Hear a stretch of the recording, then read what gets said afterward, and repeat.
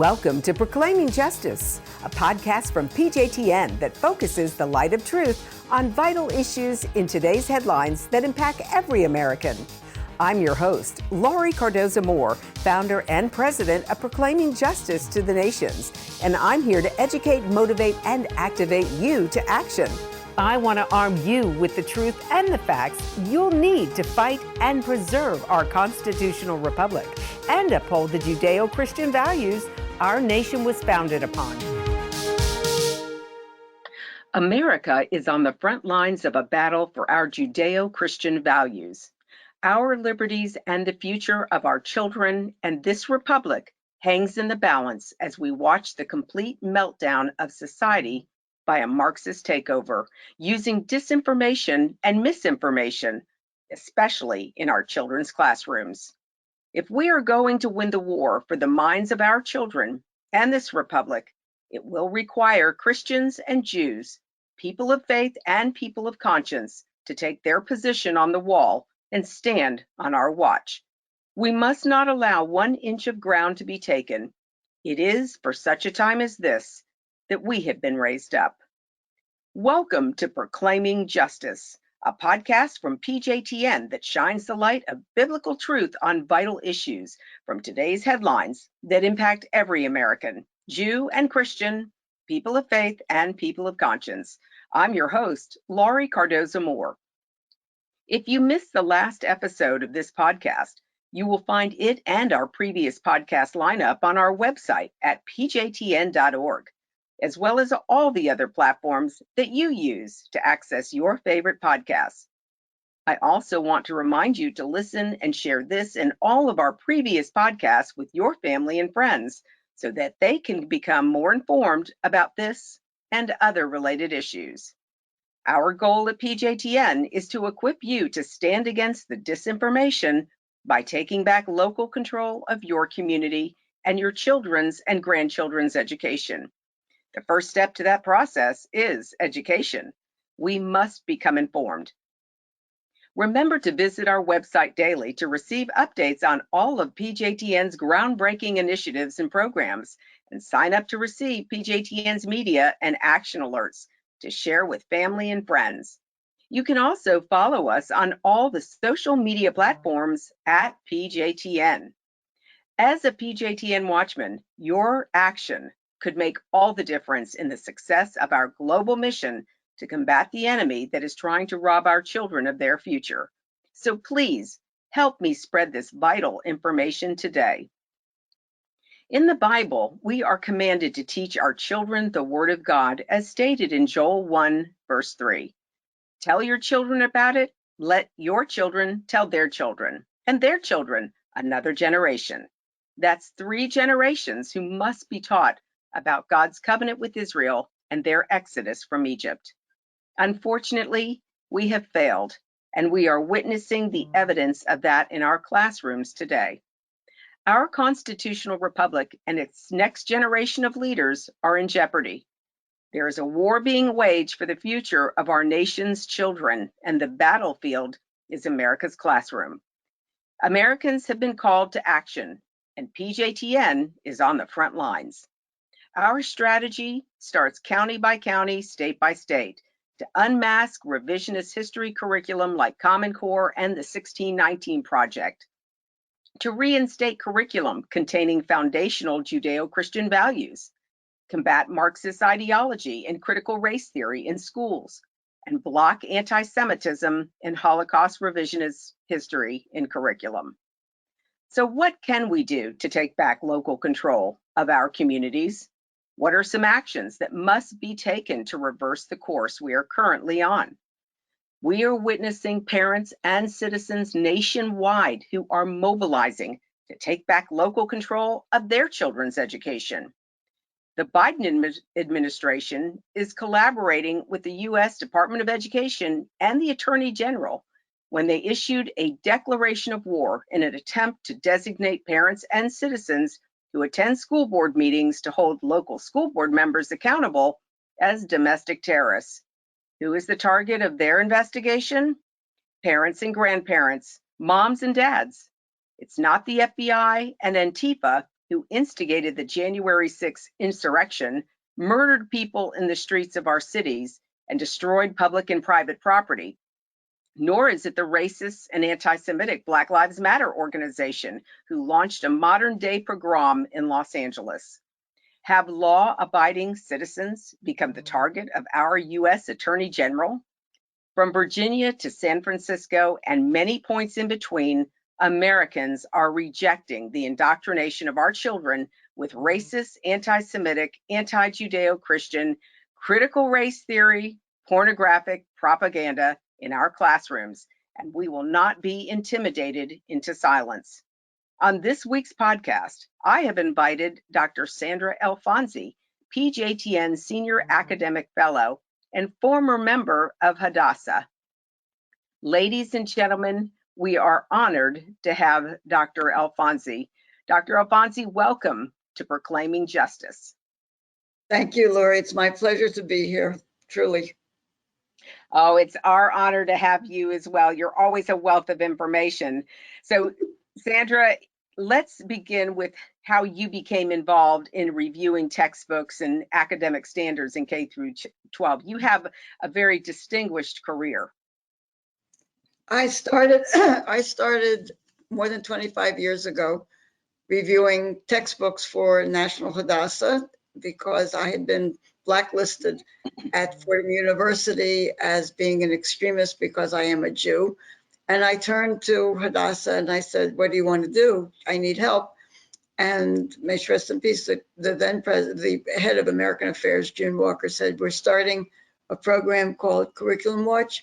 We'd like you to be the part of it. And that's how I started doing the review of K through 12.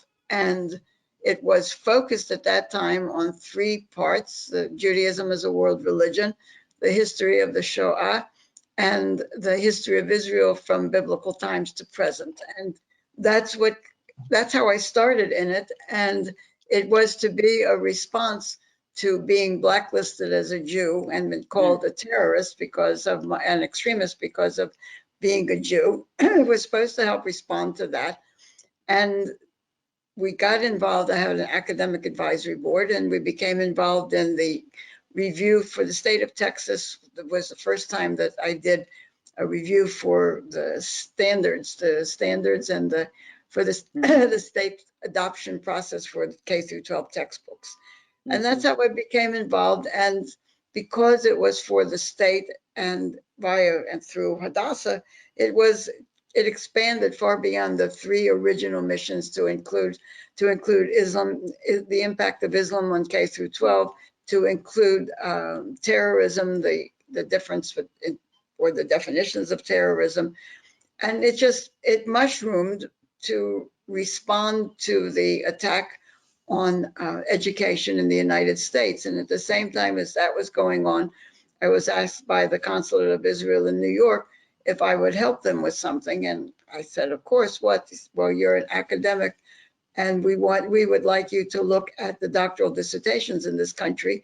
And we can't have an Israeli do it because a country would be Israel interfering in American education. And I was asked to find what was going on in the K through 12, as well as on the college campus, to foment the growth of anti-Israelism in the United States. So that's how it began. And you included standards, and the curriculum, and that came with you when we needed to do the civics and the Holocaust standards. That was my foray and my entry into doing state standards. So that's how I got into it. And it was first an obsession with me, and then it became really, it's a passion to work on it, but the changes are horrendous. So that's a little bit of the background.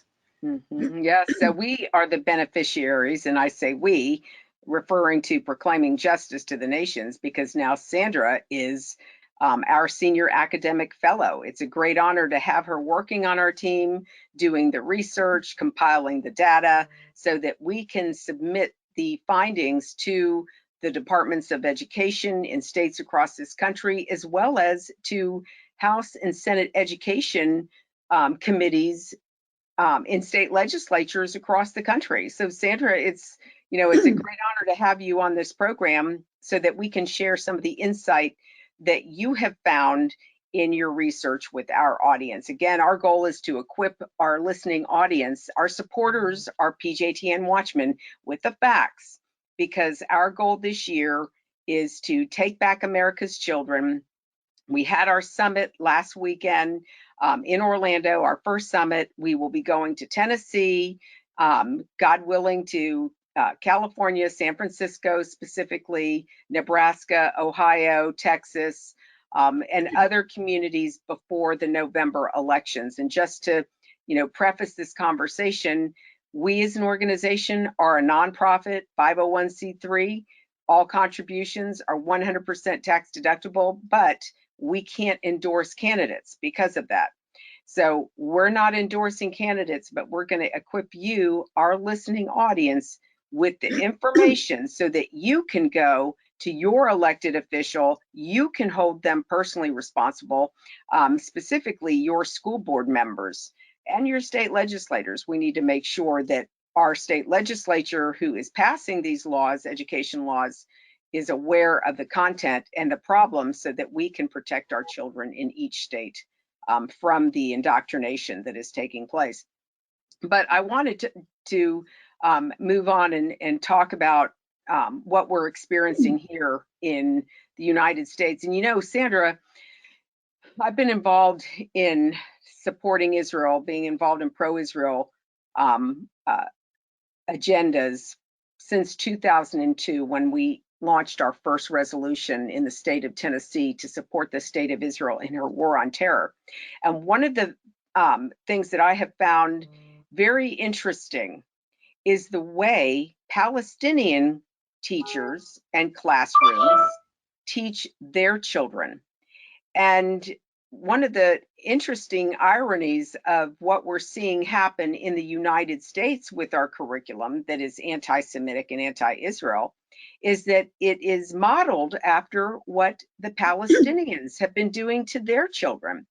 And we have seen the evidence of the impact of that indoctrination on Palestinian children. How, the more we feed our children lies, disinformation, hatred, the more it's going to fuel in these children a hatred for America, a hatred for Israel, a hatred toward the Jews.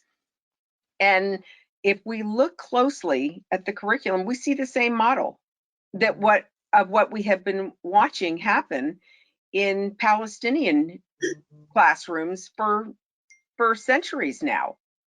Would you care to comment about the similarities? Definitely. First of all, the model is not just the Palestinian textbooks, it's the Saudi Arabian, the Jordanian, and then the Palestinian textbooks as they separated from Jordan and took their own identity.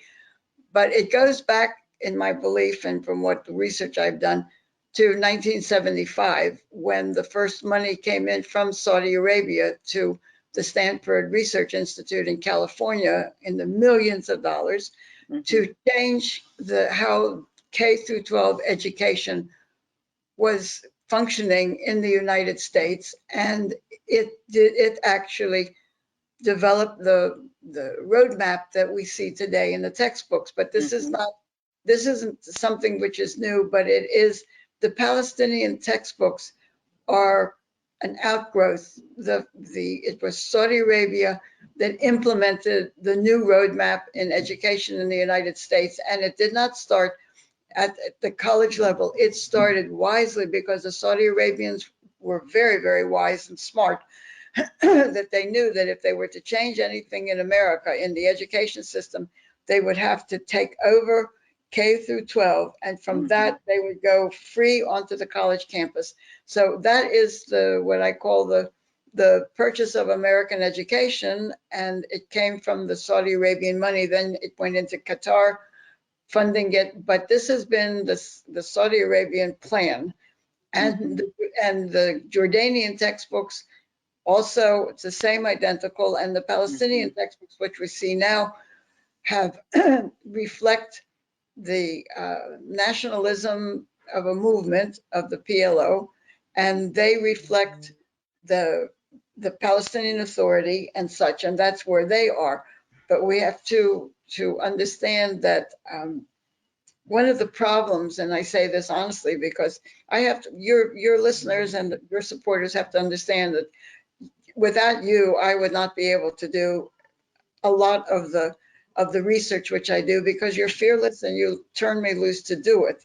So I have to say about the textbooks and the problems in American education, that I have been trying to get this information on how Israel is portrayed in the textbooks and in master's thesis and the doctoral dissertation since the beginning of the 1990s. And Israel has never been interested in it. And they all of a sudden, they discovered, oh, the Palestinian textbooks. The biggest problem that I see in the United States is precisely because Israel never paid attention to what was going in the anti-Americanism, anti-Israeli Israelism, and anti-Semitism in the U.S. textbooks. So that is one of my, really, it's something that aggravates me, because it is not that we haven't known what was happening, and we willingly, the United States willingly let its education system be bought and paid for by Arab petrol dollars. And now we have, much later, Soros bringing his money in. But what we see, and I believe it, and I wanted to make it clear, what we see in the United States in the education system, that is the plan of Islam to take over the West and to destroy. It doesn't have to destroy with a bomb. It just has to destroy the people and the loyalty to the constitutional republic and the loyalty to the state of Israel. And the best source of that, which they fed willingly, was the takeover of K through 12. And we accepted that money from the West Coast all the way to the East Coast and up and down the United States. So that is the background of what we're looking at. So when we talk about Palestinian textbooks, we have to smile, because when this began, there wasn't a Palestinian Authority. And all of this nationhood that they proclaim themselves to be a freestanding world state, the education system in the United States took money exactly for that, because that is in the textbooks. Absolutely. You know, you bring up some interesting points, and something I want to just further elaborate on, because you talk about the influence of Islamic petrodollars on our education system that goes way back. And we also understand that that influence the delivery mechanism for that influence became Pearson Publishers. Yes. Pearson, as you mentioned, the influence of Saudi Arabia, petrodollars, Qatar, we look at Libya, we look at Turkey. These are the 4 largest shareholders of Pearson published content, textbooks, instructional materials.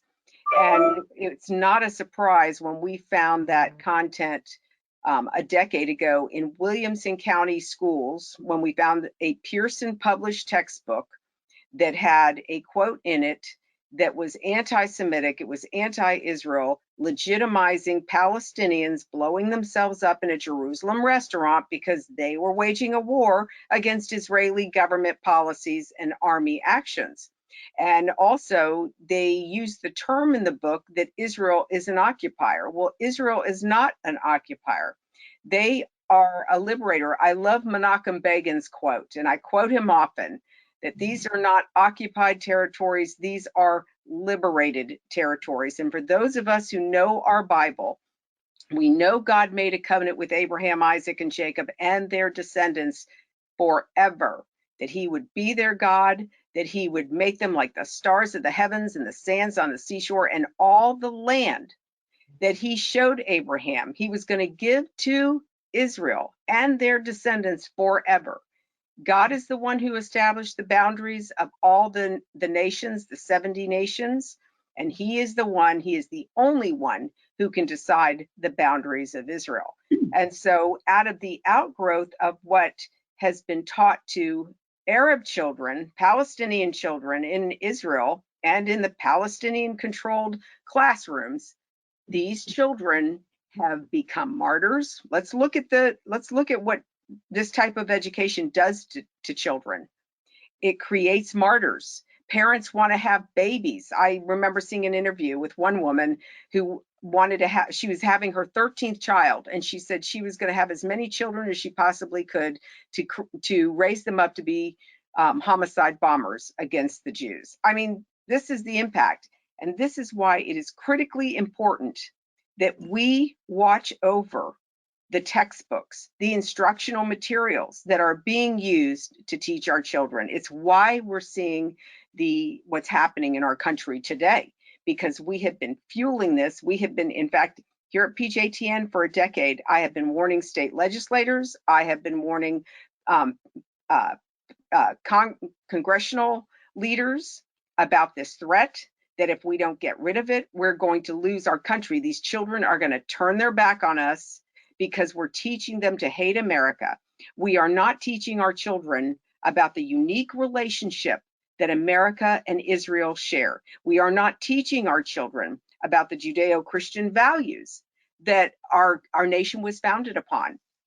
Save what we did in Florida under Governor DeSantis's leadership. Thank God, Sandra, of course, you were part of that whole process with me as we reviewed the civics and Holocaust standards and made the recommendations. Florida is the only state that we know of right now that is teaching their children, 1.8 million students, they'll start in the fall, 1.8 million Florida students every year will learn about the role that the Hebrew Bible played in our founding, the role that the Hebrew Bible played in the drafting of our founding documents. They will learn about why our nation is called a Judeo-Christian nation, as we share Haim Solomon, George Washington's best friend, and his involvement in bankrolling the American Revolution. George Washington's comment to Haim Solomon, telling him or to the members of the Toro Synagogue, the congregation, that anti-Semitism will not be tolerated. Their days of wandering are over. So this is our history, but that history, ladies and gentlemen, is not being taught to our children. It's why we have to continue the important work that we're doing, like what we did in Florida. We're pursuing it in Tennessee this year and other states, but we can't do it without your help. You make it possible. So Sandra, let's move to talking about specific. I really would like to add just one thing, Laurie, that's important, that we have not paid attention to one field which started to change in the beginning of the 1980s. We never watched the evolution of the teaching of world religions in our textbooks. And they were taught in the chronological order of Judaism, Christianity, and Islam. We have not paid attention to world religions in the textbooks, and the demise of the Judeo-Christian tradition is linked to what was done with world religions. And this is something which needed to be watched then, and it has to be watched now, because we pay no attention to the Constitution either. And world religions has very specified guidelines put out first by the Supreme Court and then by a secondary justice. Not that he was second, but he was not a Supreme Court justice. He was one of the justices that came out with the exact wording of how world religions should be taught in our schools. And it has not been important. And in it has been first Judaism, then it's Christianity, and primarily now it is the implementation of Islam in the United States. And that is a big mistake, that we never watched the teaching of the world religions. Yeah, you're absolutely right, because if we would have taught it accurately, we would have also taught about the role that Judaism and Christianity played in Western society. And that is so critically important to understand, because our country is founded on those Judeo-Christian principles that are based in the Torah. in the Old Testament, in the New Testament, in the Tanakh. But unfortunately, our children are not taught that history. And that's why what we're doing is so critically important. There is no other society. I mean, we're looking at what's happening in Canada right now with these protesters who are trying to secure their freedoms again. These are people who are not violent. They just want to have their freedom back. And they are being hard pressed on every side. Their freedoms and their rights are being squandered from them. But see, again, I find it interesting that these countries that have these issues, and this is just an aside, but these countries that are having these issues happen to be the daughter countries of Great Britain, countries that those Judeo-Christian values were founded upon. But we're not connecting the dots about how important it is that we teach the role of religion, an honest historical teaching about the role these different world religions have played for good and for evil. So moving on, let's bring it closer to home, Sandra, because we've got some issues that we're dealing with in Tennessee. And Tennessee seems to be ground zero right now for anti-Semitic content. Now, we've been following this for a long time. We've seen many anti-Semitic incidents across the country, whether it be Florida, California, New York. It seems that any place that we have a large Jewish population, we have a rise of anti-Semitism. But here in Tennessee, even, we've had 3 incidents with regards to education of anti-Semitic incidents that have occurred. And we are witnessing the indoctrination of our children in these K through 12 classrooms across the US on so many levels. But for today's program, I would like to address 3 examples of the anti-Semitic content in 3 counties here in Tennessee. The first was in a county where a elementary student, let me set this up, an elementary student went into her library, was able to check out a book that a parent approved of, because there's a section in the library now for questionable content, and our audience needs to know about this, because if you call your child's school and ask them if they have a section where they have questionable content that has to be approved by the parent for the child to check it out. And this child was able to get the approval of her parent. She checked out a book called Me and Earl and the Dying Girl. And so we're going to talk about that, what happened with that, because the parent found content and she took a picture of some of the pornographic, horrific content in this book that our children, our elementary children, have access to.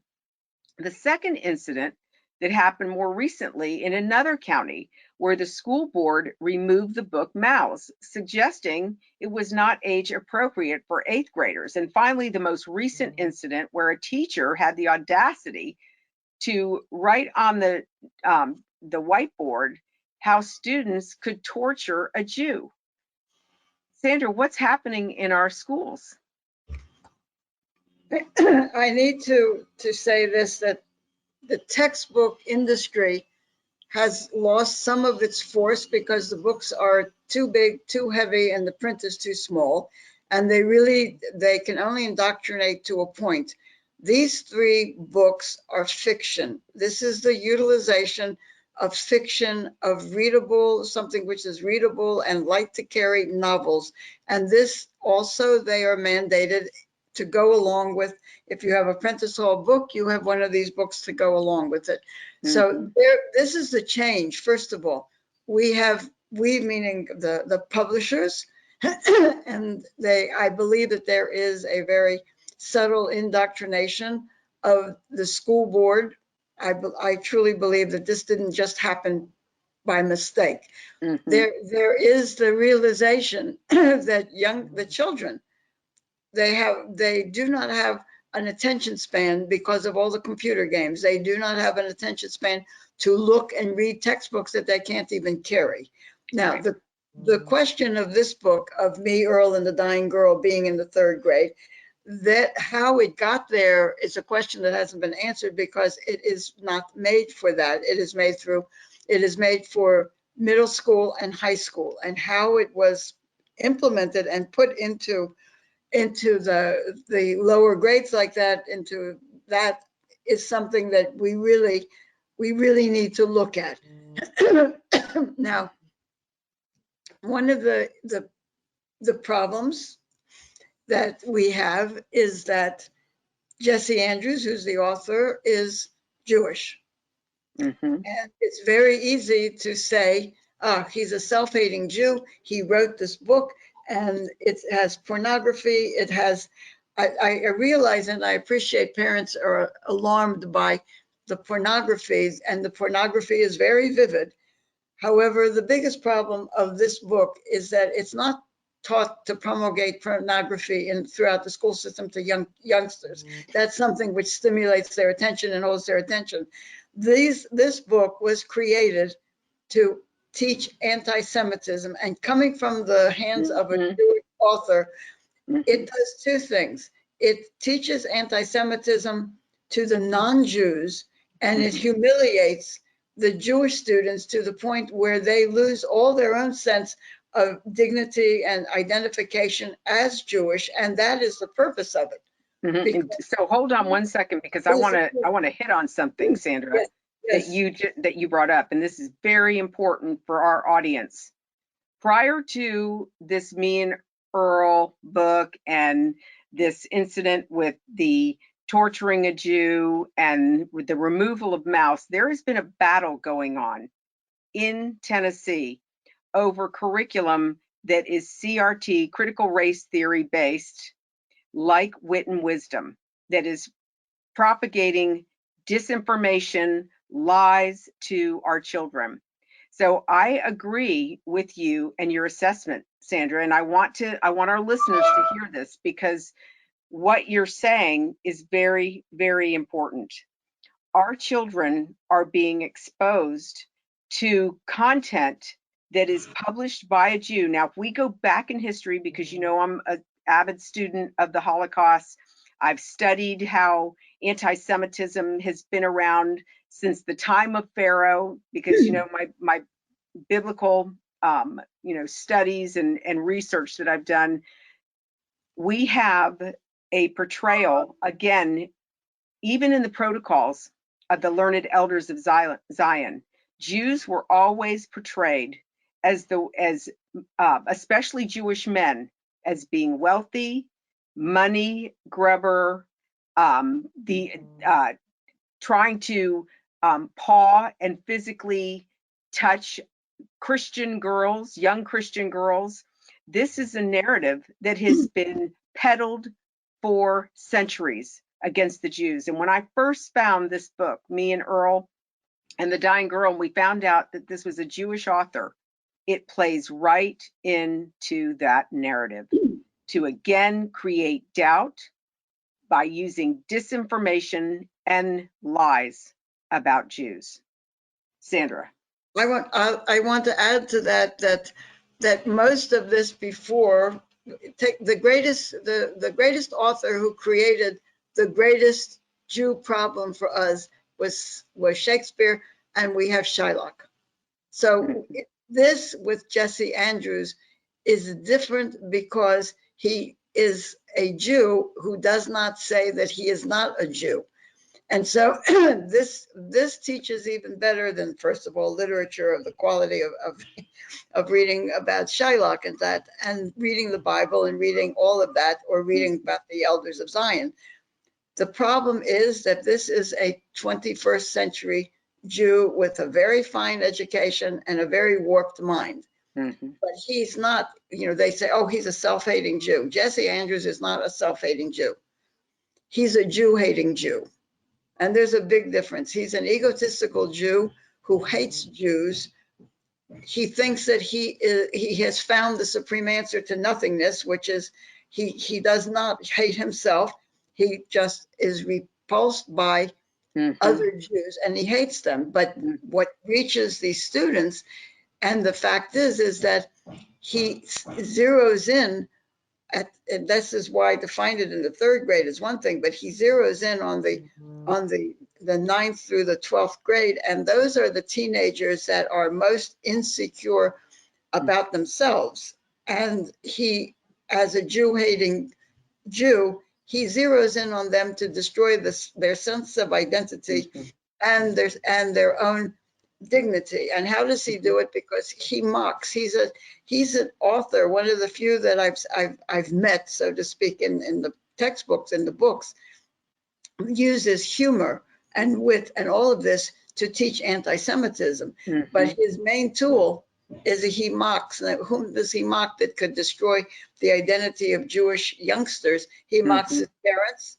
He mocks his upbringing, going to Hebrew school. He mocks his heritage, and he mocks the Jewish people, his peoplehood, and in the worst language possible. Sandra, tell us, share with our audience the specific examples about how he does the mocking, because I want our audience to listen to this, because I have a feeling people are going to listen to this and they're going to go to their kids' library. They're going to want to start looking at these books.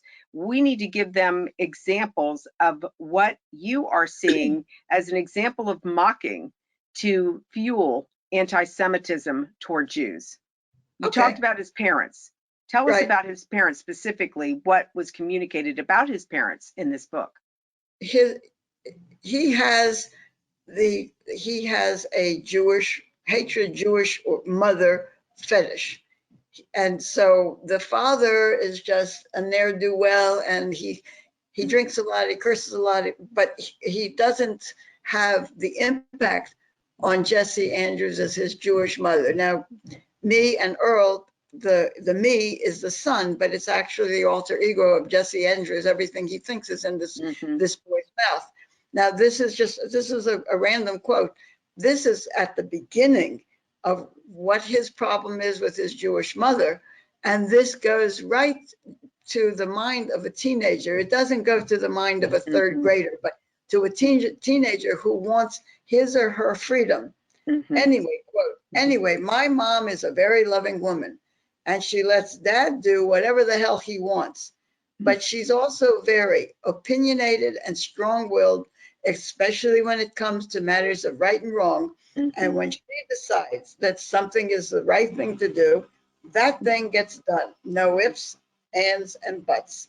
For better or worse, whether we like it or not, that characteristic in moms is a colossal pain in the ass, and it's basically ruined my life as I knew it. Well, here's another thing here's another thing that needs to be communicated, I believe, about how the father is portrayed. The father is a distinguished professor in a university. His mother is the president of a Jewish organization that brings Jewish young people to Israel every year.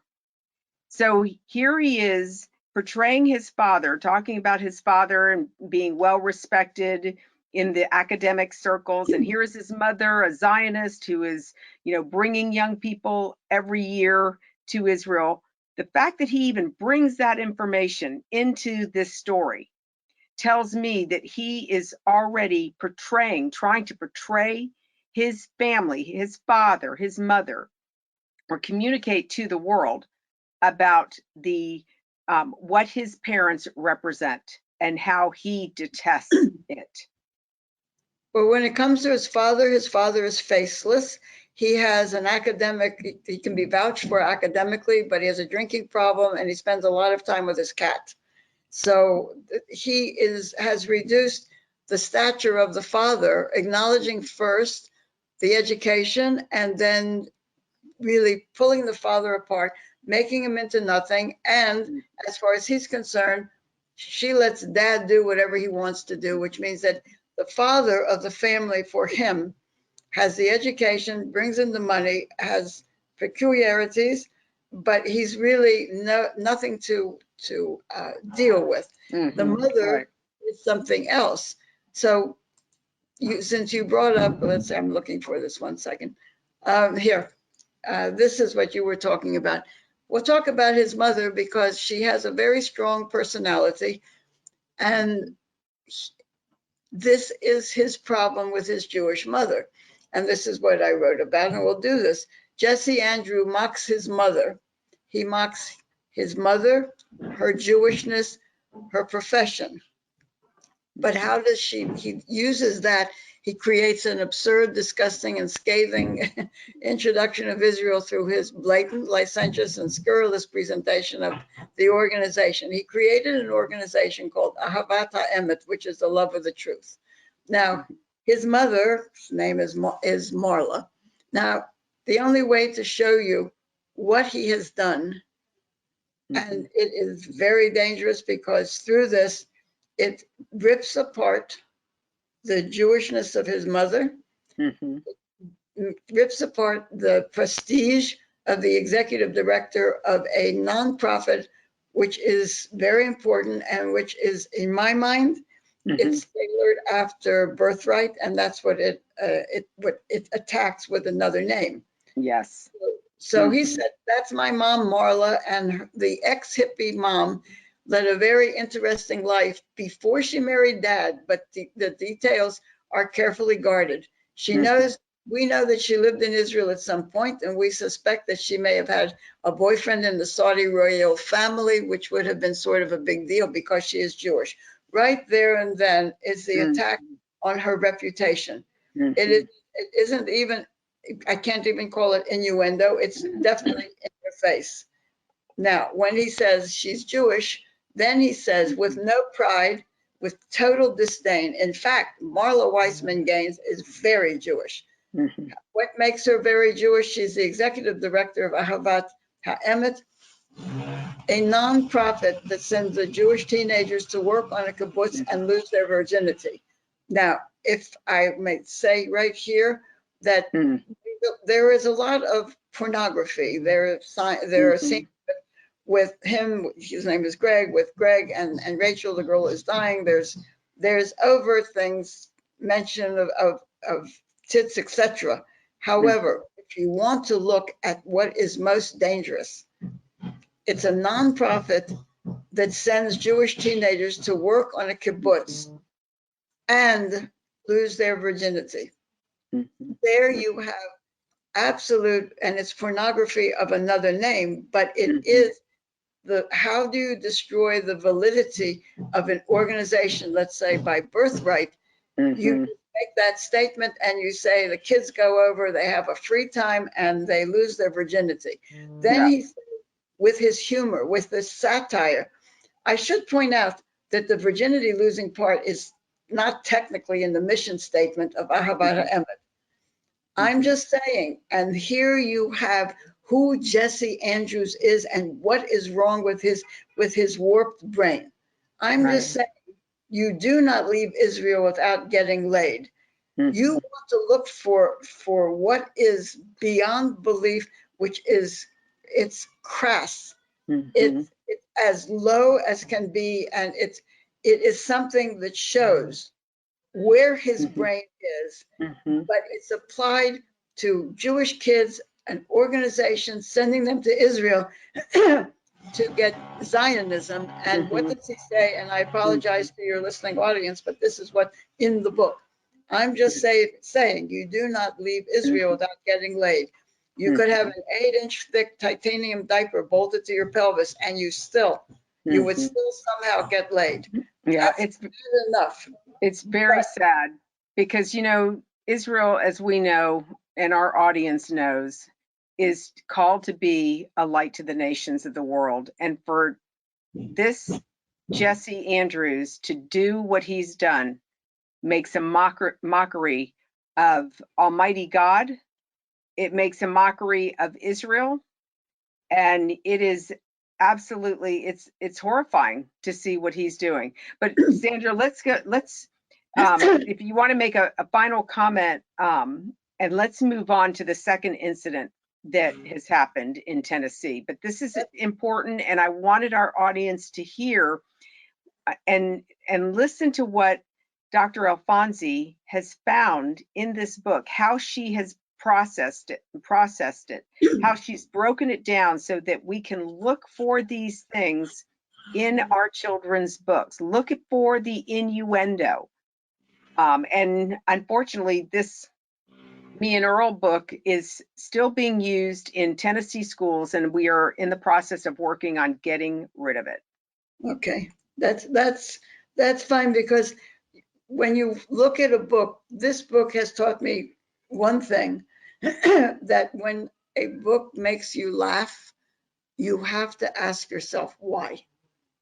And that was a critical lesson from for me from this book, is that every review I read of it, it was what a wonderful book and all the laughter and it's funny. And I asked myself the question why. And that's, if you look at a book, you can recognize porno. You can recognize descriptions of and such, but you have to ask yourself, why is this book making me laugh? Is this book making me uncomfortable because it's crossing the line between decency and indecency? That's what this book, that's the lesson. If there's any lesson, that is a major lesson that I got out of it, is that you have to ask where the laughter comes from. So that's what I would say. That's what I would say, Laurie. Yeah, thank you. You know, and I want to just reiterate what Sandra said, because we produced the documentary Boycott This, and we use satire because humor is a great way of educating people about a difficult issue that people may not really want to sit and learn anything about, or, you know, doesn't pique their interest, but you can teach people a lot by using satire. And the fact that Jesse used satire to peddle his anti-Semitic views of his family, of his faith, of his nation is horrifying. It's outrageous. And ladies and gentlemen, it's something we have to be paying attention to, because whether it's anti-Semitism, whether it's anti-Christian bigotry, hatred, these are issues that they are peddling to our children to weaken us, to destroy our Judeo-Christian nation, our foundation. And we, as people of faith, Jews and Christians, have a responsibility to stand up to defend it. Okay, Sandra, let's take a step backwards and let's address what happened. What led us to the book mouths being removed? So to set the stage, it was McMinn County in Tennessee, where the school board had voted unanimously to remove from its curriculum Mouse, which is Art Spiegelman's book about his father's Holocaust experience. This book was being used in 8th grade English language arts, and it was also a centerpiece for a months-long study of the Holocaust. So, you know, I commend this school district for giving so much time, dedicating a whole month to studying the Holocaust. So we want to give them credit there. But once they voted, they chose age inappropriateness, nudity, and profanity for the reasons why they were removing it. When this book has been an incredible tool in the toolkit of teaching about the Holocaust to younger generations, because it uses that comic book format. And so you're taking issue with them because of their the reasoning behind why they removed the book. Let's start with the age inappropriateness of the content of the book. Well, first of all, I did a lot of research to find out how one gets a definition of age appropriateness. And I found that actually the rationale for it was formulated at East Tennessee State University in 2022. And the young woman's name is Krista Mann. And she did a tremendous amount of research. And the scientific research came out of the United Kingdom, and this young woman put this together. And as for the age appropriateness, I find, first of all, I must say that there's a misconception when someone says it's a graphic novel. I don't think that one understands it by graphic novel. It's a novel based on graphics. It's a genre that's been defined, and it's a comic book. About it being age appropriate, the designation of mouse was, and it remains, that it is rated, and it has been rated at, I found it interesting that it was East State Tennessee University that this young woman wrote from. It's, quote, it's appropriate for almost any classroom, 8th grade or higher. And I wanted to know the definition of almost, and it meant that it is not appropriate for special ed classes or for classes where there are young people that are not emotionally set to study the Holocaust. So that is a caveat based on the fact that that special ed classes do not study such things. But it is, the book can be taught.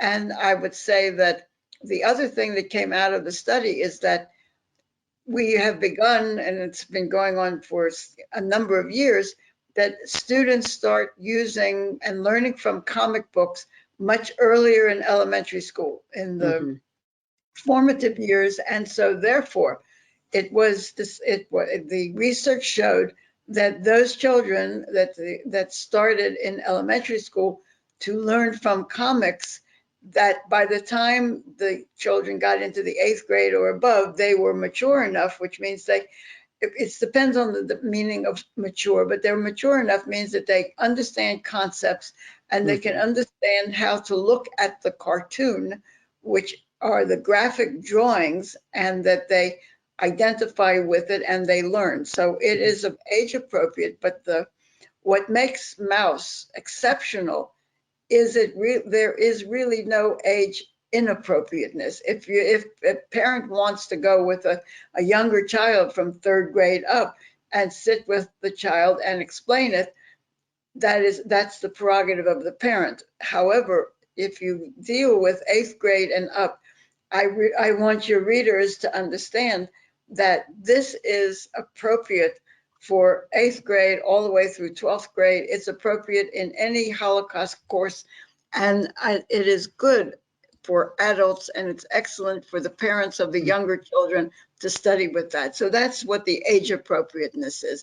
It is been proven. It is definitely age appropriate. Okay, so let's look at the second point that they raised, and that was, excuse me, that was the issue of nudity. Yes. But there are no nude human characters presented. No. Explain that for our audience.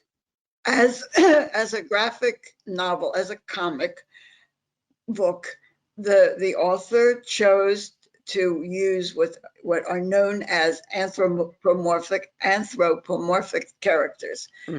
He has chosen to use animals to represent the allegory or embody the allegory. So actually, there are no human characters. There are characters with the names. In other words, we know which one represents his father and such. But the animals have been chosen to embody the allegory. What is the allegory? The allegory is how the Holocaust developed, and the choice of these animals was how the author of the book, we have to remember that because it's a comic book and a graphic novel, there is an author, and this author chose to use animals that have the characteristics mentally, emotionally of human beings. But they, interestingly enough, they have the human form, but their faces are disguised with the mask of the animal that Art Spiegelman chose. So the Jews wear the mask of the mouse, and they're a community of mice. The Nazis have the mask of the cat who hunts the Jews, and they have the others. They have the pig, and I'd have to say it this way: the pig represented for him the characteristics of the Poles, and we have to use, as opposed to Polish people, the word Poles, because it is a certain group. It is a certain socioeconomic group of the Polish people. So that's what it is. And if the mouse is very important, because Art Spiegelman didn't just say, okay, we're going to make the Jews mice. That is the designation that came out from the Germans, and that's why it has the title mouse, M-A-U-S, mouse. And the mouse is subhuman, and that is what they continued. They considered the Jews as subhuman, and they actually portrayed them as rats. But the word, and he used it because of the sound, mouse and mouse. That's rather than that was the purpose. But in the Nazi films, the rats were designated to be exterminated. So that is what. And the other thing that is important is that the human figure, without it being designated masculine or feminine, is there. You see a human figure standing with a mouse face or with the cat face, but there is no nudity, because in the long run, we're looking at dead mice or dying mice, and we do not see any unclothed Germans. We see them always in how you know that the epic and the period is correct is by the clothing that Art Spiegelman very carefully drew onto them, and that's what we have. Correct. So the only one example in it that could be a possibility for a nude woman was presented by Art as his mother. She was presented as his mother who attempted suicide. But with regards to committed suicide, she didn't attempt it. She slit her throat in the bathtub. Okay, so there is understanding as to why the issue of nudity, but making the argument that it was nudity that was one of the three reasons why they removed the book from the school does not, it's not legitimized. And I find this a little bit more concerning because there's another issue going on in Tennessee and has been going on for a couple of years now, and it's with regards to the curriculum called Wit and Wisdom, which is riddled with critical race theory, propaganda, dark themes, suicide, dark agendas. But the arguments that they've used, these three, the age inappropriateness, the nudity that they also were concerned about, and profanity. These are the three things that we have continued to address across the state in the curriculum like Wit and Wisdom. But these are the three choices that this school board used in order to remove this book that had been there for quite some time. So I question, whether this is part of an agenda, because ironically, I have tried to reach out to the superintendent of McMinn County Schools and have not received a response.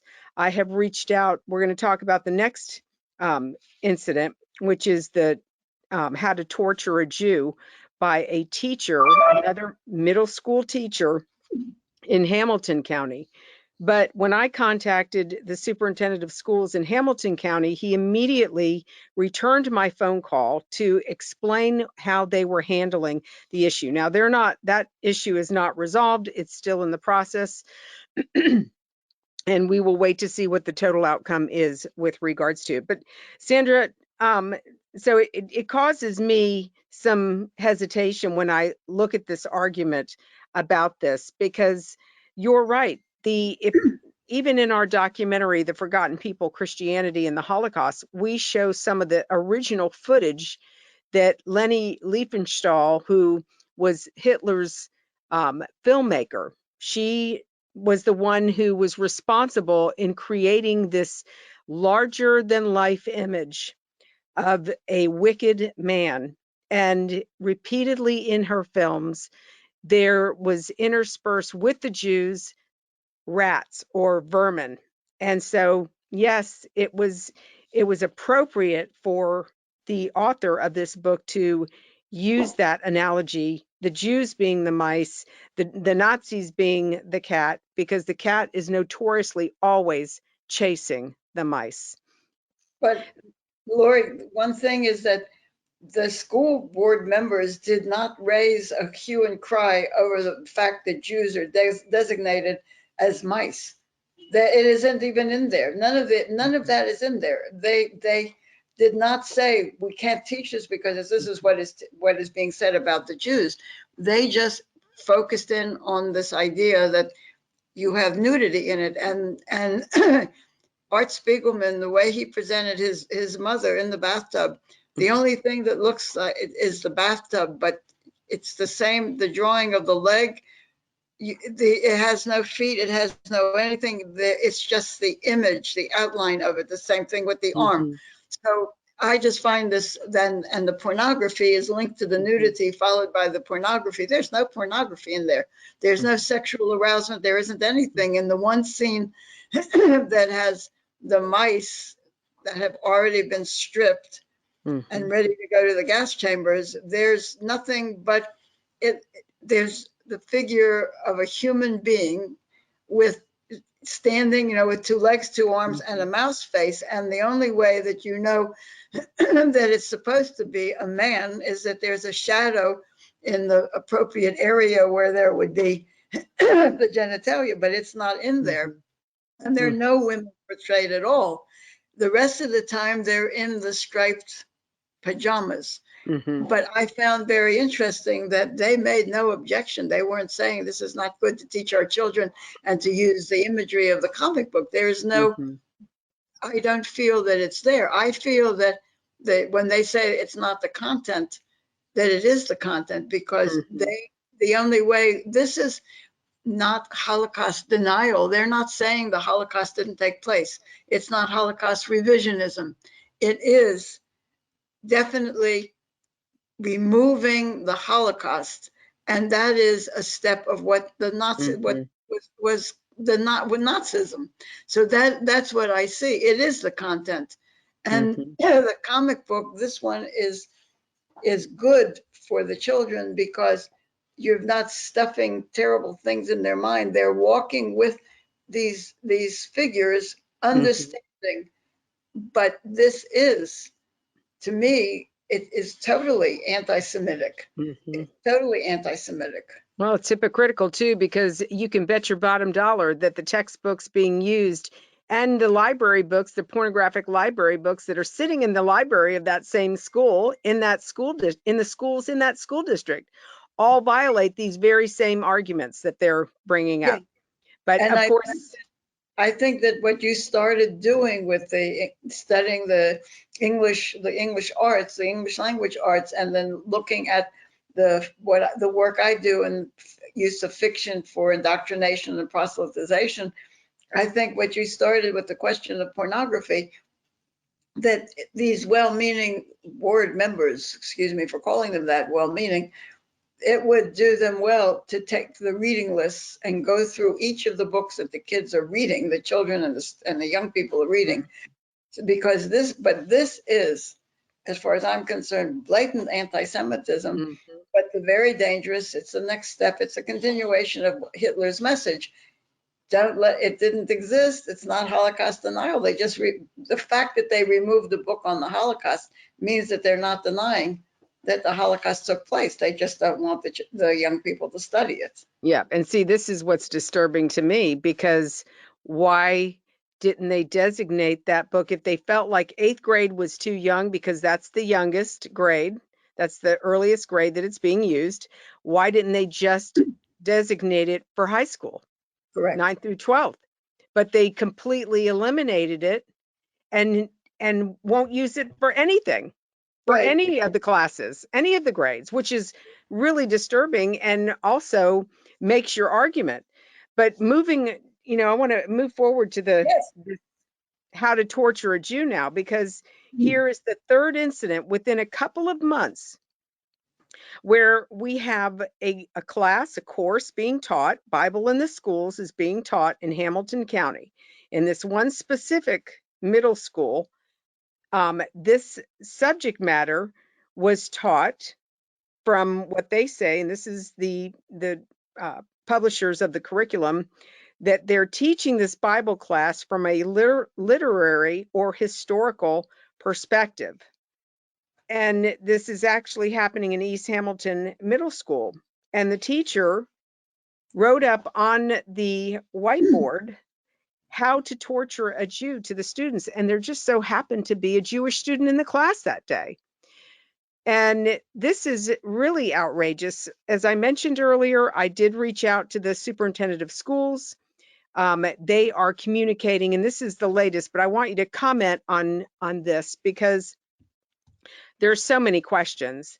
But I spoke to the superintendent of schools, and he mentioned that the head of the program, the Bible in the Schools program, is going to be reviewing the standards and the content of the program to make sure that it is not anti-Semitic. Now, I have requested that we join them to review the standards and to review the curriculum to make sure that we're not peddling the age-old anti-Semitic tropes that have come up through Christianity. Because, again, referring back to our documentary, Christianity, or the Forgotten People, Christianity and the Holocaust, we address this issue. And this is what I'm disturbed about. This is what my concern is what are we teaching our children? Are we teaching them the Christian version of the view of the Bible? Have we left out the Hebraic roots, the foundation of the Christian faith? Because too often throughout history, like what we saw in Pittsburgh at the Tree of Life Synagogue and Poway Synagogue in San Diego, both of those shooters were Christian men who were quoting New Testament scriptures to legitimize murdering Jews. Sandra, Yes. what are your thoughts about this whole statement in how to torture a Jew? Well, first of all, I think that we are looking at the 21st century version of medieval Christian anti-Semitism. That's the first thing. I think we're looking at a version of of Nazism, of Hitler's passion and insanity. It was to eliminate the Jews because they're the physical proof of Judaism, but it was to eliminate Judaism. And medieval Christian anti-Semitism is not about the extermination of Jews. It is about the elimination of Judaism. That's first. This Bible in the Schools is an organization, and the teacher in the classroom is their teacher. It is not the Hamilton County Schools teacher. And the Hamilton County Schools Tennessee received $1.8 million from this organization in order to be able to teach their Bible classes. Mm-hmm. That's the first thing. But what I hold to in what I said about medieval Christian anti-Semitism, etc., is that the question how to torture a Jew, if raised, say they're going to teach that. First of all, they shouldn't be teaching it. But the question about this is, if someone would say, what do you do if you want to get that Jew upset? What would you do? Mm-hmm. I grew up in the age where I was called a kike and I was called a Christ killer and any other names that came out of their mouths, but no one ever said, we're going to sit you down and force you to say that word. Mm-hmm. Okay. And I question where did this organization come up with this? Because it is, I have to use the honest word, Laurie, it's a very erudite Mm-hmm. answer. It is not something which if you want medieval Christian anti-Semitism, it's not erudite, it's visceral. Mm-hmm. They do not pick the anti-Semitism. They pick it with the vocabulary that is relative, as just as the Quran does. If you see a Jew hiding behind a tree, kill it. It doesn't say, Mm-hmm. the way you're going to get him, even with a Jew, is you're going to make him pronounce the name of God. Right. They don't do that. So this is my question with this is, first of all, how did it get into the classroom? And in as much as what it is, it has been brought in, it's their teacher. Mm-hmm. And I would like to know, is it a question? I don't see where she may, or she or he, I don't care about the gender. I want to know whether this question is part of what they are instructed to teach. Is it an example? Is it as an example of, and what is it an example of, and how? In Tennessee, and all due respect to Tennessee, I'm not saying anything about Tennessee, but it is an erudite question that the average Christian who has been well trained in the New Testament and Right. basic understanding of the Old Testament, as they would call it, they would not come up with that. Mm-hmm. And if they do, who taught them? Mm-hmm. Yeah, absolutely. Yes, when I looked at this issue, this is what concerns me. I want to see the curriculum. I want to see what standards that the particular curriculum are being taught to. And I would like to know where this teacher, apparently the teacher has stated that she apologized, she didn't mean any harm by it, but she's already made an impression on these children, on these young people's minds. And my question again is, and this is the problem within Christianity, we have a 2,000-year-old history of attacking Jews. The pogroms that have happened, the Inquisition that took place was a result of the Catholic Church. The pogroms throughout Europe were led by Christians, and what these like you said, well-meaning individuals, until I know, excuse me, differently about where her thoughts were. And I hope to get some answers to this, but this is part of propagating the same hatred, Jew hatred. And yes, it's interesting that you tie it to um, uh, toward Judaism, to eliminate Judaism, because that has been the 2,000-year history of Christians who have hated the Jews, who have targeted the Jews, and have launched these anti-Semitic incidents against them, falsely accusing them. And this is a problem that we have to address now. And I'm grateful that the state of Tennessee is actually dealing with this issue. Legislation has been introduced. It's going to be working its way through the state legislature to define what anti-Semitism is, so that it is clearly understood, because too often these incidents occur on these campuses, whether it's higher ed campuses, whether it's K through 12. These incidents occur and they are not treated as anti-Semitic incidents. They are treated as racist. And anti-Semitism is different, because it is targeting the Jews specifically. But the thing is, there are two questions that, since you're going to have the ability to weigh in on this. One is the fact that there is not one single use of the word anti-Semitism in any article or in any statement, not even by the statement from the Hamilton County, the schools. The word does not appear. So they don't look at it as anti-Semitism. I would like to know what they think it is. And the other thing is, I would really like to see who are the consultants for the Bible is for the Bibles in the schools, the Bible in the schools. I would like to see who their consultants are, because normal, when I say normal, meaning just regular, a normal high school teacher or a normal teacher helping to create the curriculum, I would say that they don't have the depth of the knowledge of Judaism. But if you would pick out someone who, interestingly enough, Ron Cantor of God TV weighed in on the controversy, and he put the answer actually in what he wrote. So I would like to see who serves as consultants. And this also, the other question is that is it a violation of church and state?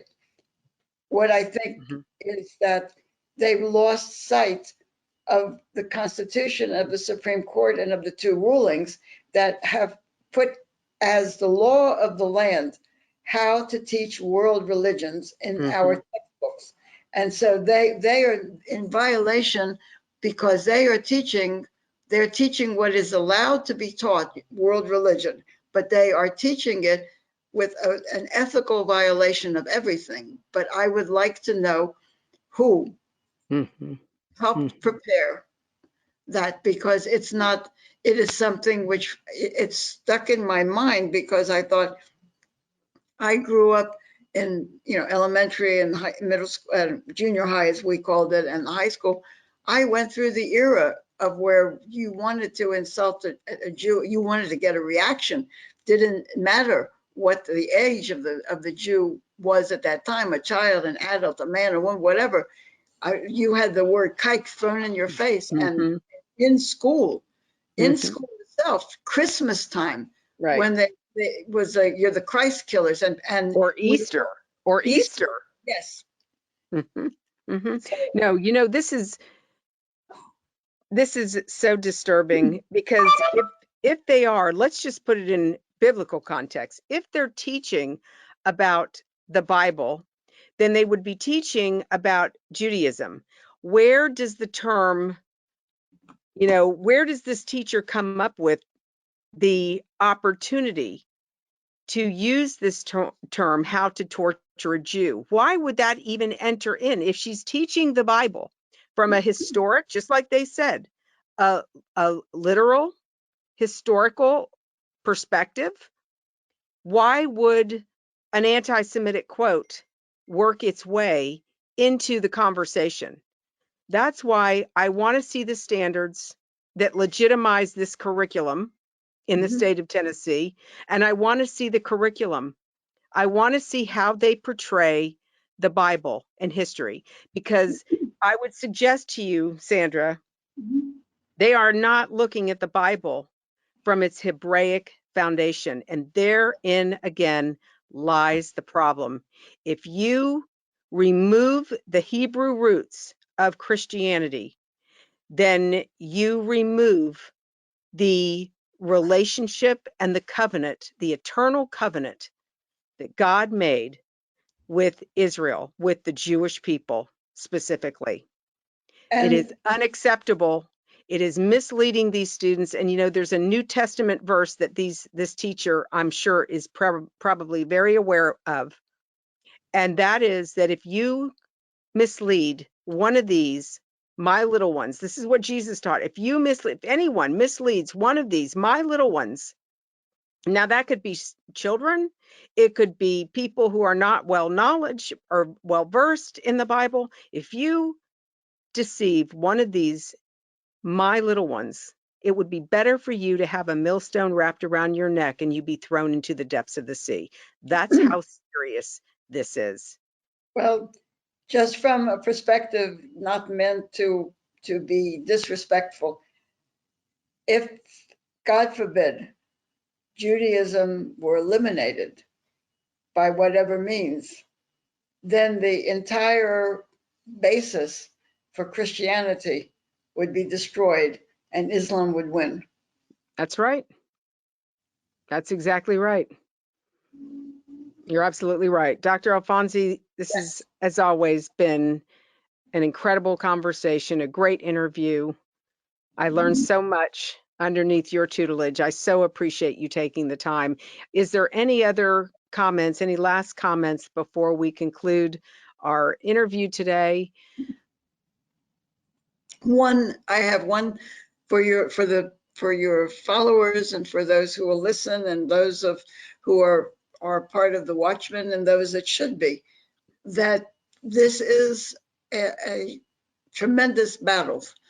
And we're very far behind because the enemy is very strong in its atheism, and the enemy is very strong in its desire to destroy the Constitution, and that you have given me an opportunity to come forward with all of this material. And I believe truly in you and in the organization. And I think those who are listening should understand that we have very few people stepping forward to lead this battle. And I commend you with my whole heart and with my whole mind for doing this. Oh, well, young lady, we do it together, don't we? We do indeed. Two women of faith. Sandra, it's so good to speak with you again. God bless you. And thank you so much for all you do to keep us informed. You make a very important point. The atheists win. If we eliminate Judaism, then we've eliminated Christianity, because Correct. Christianity hangs on, is connected to the trunk, the tree trunk that Oh, Israel is. Israel is the root of Christianity. Christianity is a branch. And so we just thank you for bringing this to our attention. Thank you for all the work you've done, the research. We are indebted to you. my pleasure. Ladies and gentlemen, that concludes our interview, and it's a very sobering message to hear today. I never thought that I would live at a time where we would see anti-Semitism coming in to our classrooms. And just like this situation about this teacher in Tennessee who asked her students how to torture a Jew, how to upset Jewish people, why would that even come up in a conversation in a Bible study lesson? This doesn't make sense. I have taught Bible studies for the better part of 30 years of my life, and never have I gotten into a situation in the Bible where this term would even be recognized or be used. But that's why we are here. PJTN exists to educate and activate Christians, Jews, and all people of conscience to stand against this. Our mission is to educate Christians about our biblical responsibility to stand with our Jewish brethren, to defend the state of Israel and the rise of anti-Semitism. And I never imagined, and when we produced the documentary, The Forgotten People, Christianity and the Holocaust, back in 2009, it was released. And if you haven't seen it, I encourage you to go to the website, order a copy. It is loaded with historical footage. General Eisenhower is in it. And ladies and gentlemen, when I produced that documentary, I could not even fathom that we would ever be where we are today. And I asked the question, the reason why I did the film was because I wanted to know, how could Germany, at the time, a Judeo-Christian nation, a wealthy nation, a nation that was educated, how could an educated group of people who were wealthy, Jews and Christians, people of the book, how could Christians turn their back on the Jews and allow them to be led to the slaughter? And it wasn't just a few hundred, it was 6 million people. We have to ask ourselves, ladies and gentlemen, are we going to continue to repeat the sins of the past of Christianity? Or are we going to stand on God's truth and on God's covenant, on his promise, the eternal covenant he made with Israel? If we do not protect the Jews, if we do not protect Judaism, Israel was called to be a light to the nations. If we do not protect them, then we remove the light and the world becomes dark. Is that what we want to leave for our children? Is that the legacy? Ladies and gentlemen, I want to encourage you to go to our website to learn more about how you can take back local control of your children's education. Ultimately, it starts with you. I hope you enjoyed this program. I hope you learned a lot, and I hope that you will pray and ask Almighty God what your role is at this hour. We're going to post this podcast on our website and all of our podcast platforms so that you can share with your family and friends. It's so important that we get this message out. And if you're hearing this from, another state, if you live in another state, you don't live in Tennessee, this is being taught in your children's classrooms. They are teaching our children to hate the Jews. They are teaching our children to hate America, to hate Christianity. And if we don't teach our children about the unique relationship between Israel and America, there will not be a generation like ours who stood with Israel.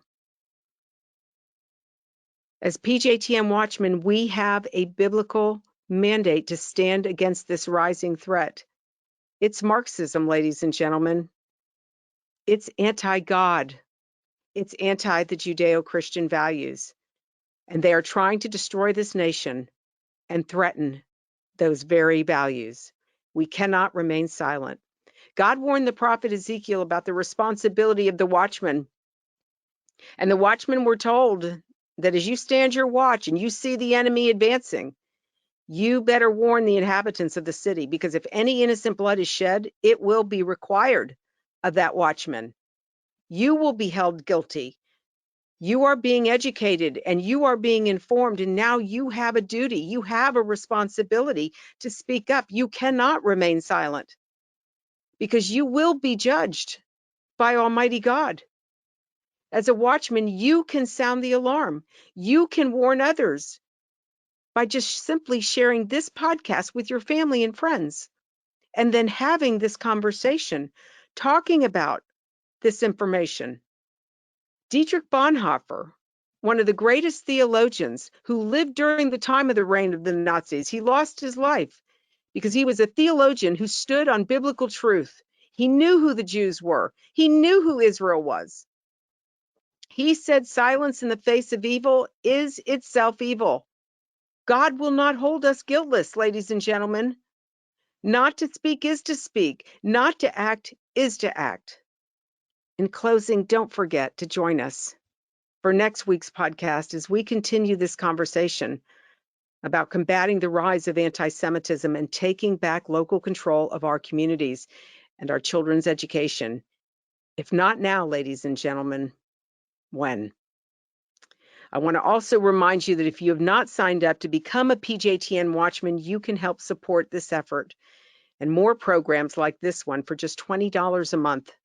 With your generous monthly donation, you can ensure that PJTN is on the front lines and in the headlines, but we can't do it without your faithful prayers and your financial support. I hope that you will prayerfully consider supporting our mission as we educate to activate Jews, Christians, and all people of conscience to stand on the front lines of this all-encompassing war. And of course, I always want to leave you with a verse from the Bible, a word of encouragement. In Proverbs 22, verse 6, train the youth according to his way. Even when he grows old, he will not swerve from it. God bless you, and thank you for all you do on behalf of our Jewish brethren, the State of Israel, and these United States. Thank you again for joining me on this edition of Proclaiming Justice. Please share this podcast with your family and friends. For more information about how you can get involved, please visit our website at pjtn.org. As a PJTN Watchman, you can help us keep up the fight to preserve our freedom for our children and their children for such a time as this.